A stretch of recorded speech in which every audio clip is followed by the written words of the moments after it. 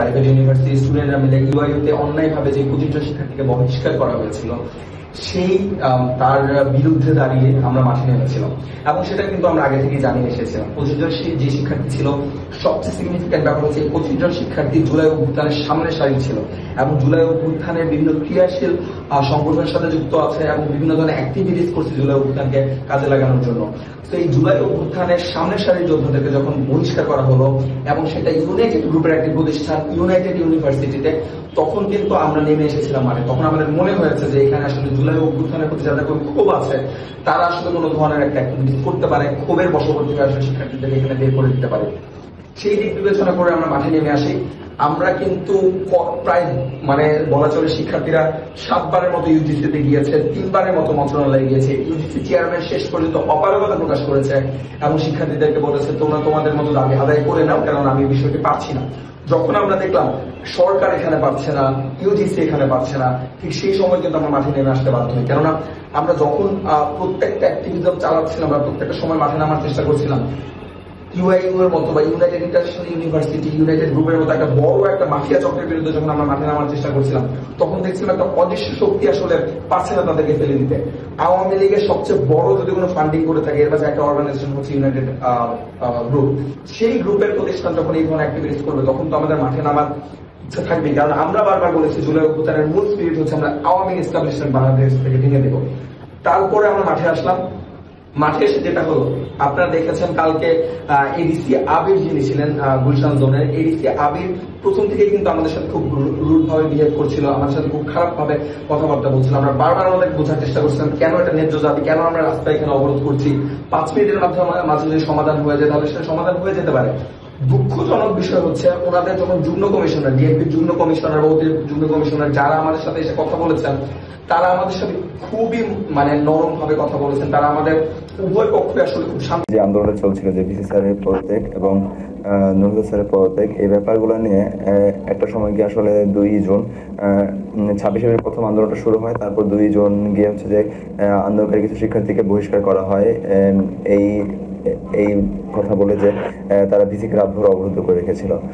এরপর পরবর্তীতে শিক্ষার্থীরা ঈদ পরবর্তী আপিল করে 15 জুন যে আমরা এই ধরনের কোনো ধরনের কাজের সাথে সম্পৃক্ত নই এবং আমরা এই ধরনের কোনো ধরনের কার্যক্রম করিনি এবং প্রমাণ চাওয়া হয়। পরবর্তীতে ওরা 16 জন আমাদেরকে ডাকা হয় আপিলের পরিপ্রেক্ষিতে।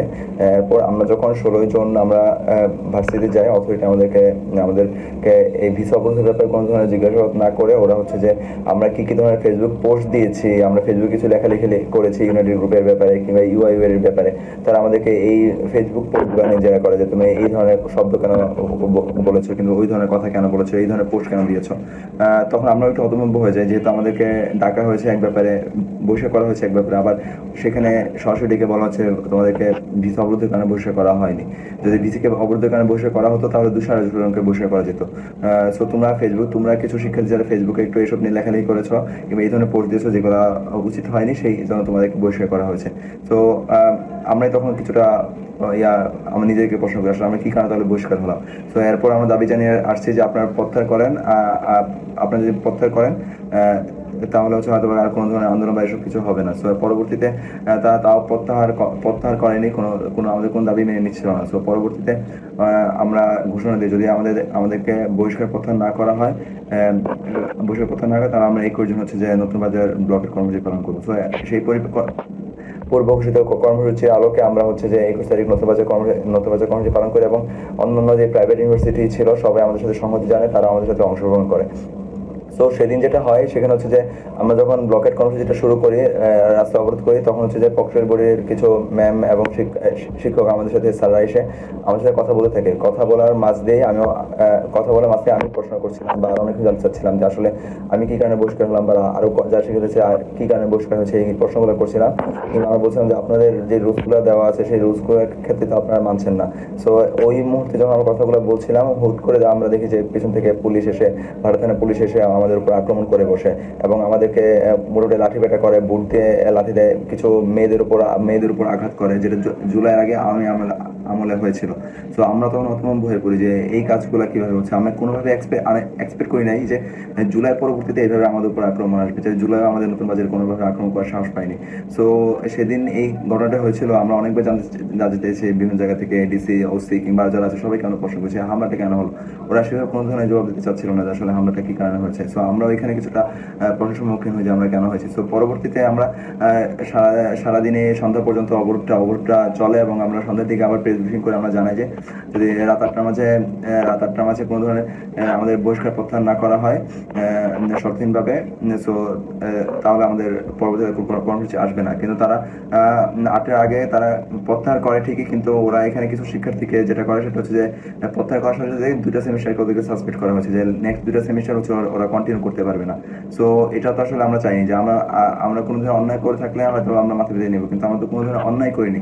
সো সেখানে কিছু শিক্ষার্থীকে ওরা সাসপেন্ড করে। সো এটা এখন এই মুহূর্তে চলছে যে ওরা চাচ্ছে যে না কোনো ধরনের যেন শর্ত দেওয়া না হয় যে এই শর্তের কারণে ওদের প্রত্যাহার করলো কিংবা ওই শর্তের কারণে প্রত্যাহার করা হলো।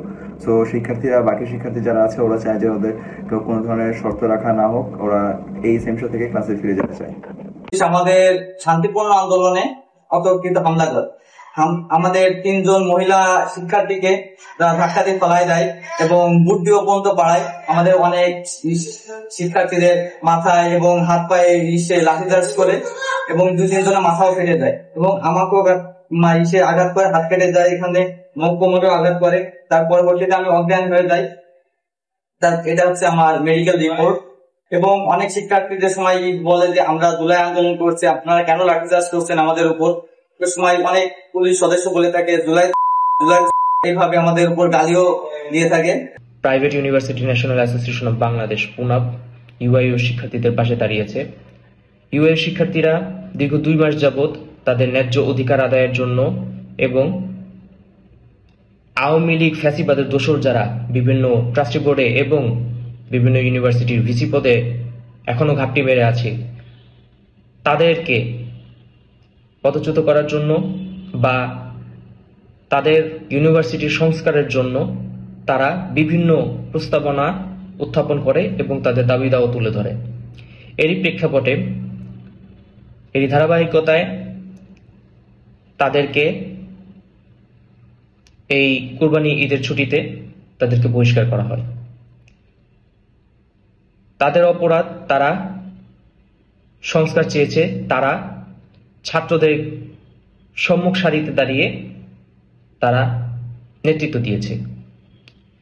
ইউআইইউ এর 25 জন ছাত্রদেরকে তাদের ছাত্রত্ব ফিরিয়ে দিতে হবে অতি দ্রুত সময়ের মধ্যে। এবং আজকে যারা আওয়ামী লীগের ফ্যাসিবাদের দোসর যারা হাসিনাকে মা ডাকে, যে সকল পুলিশ সদস্য অতিরিক্ত বল প্রয়োগের ফলে আমাদের পুনাবের কয়েকজন সদস্যকে আহত করেছে এবং ইউআইইউ শিক্ষার্থীদেরকে আঘাত করেছে, তাদেরকে অনতিবিলম্বে শাস্তির আওতায় আনতে হবে।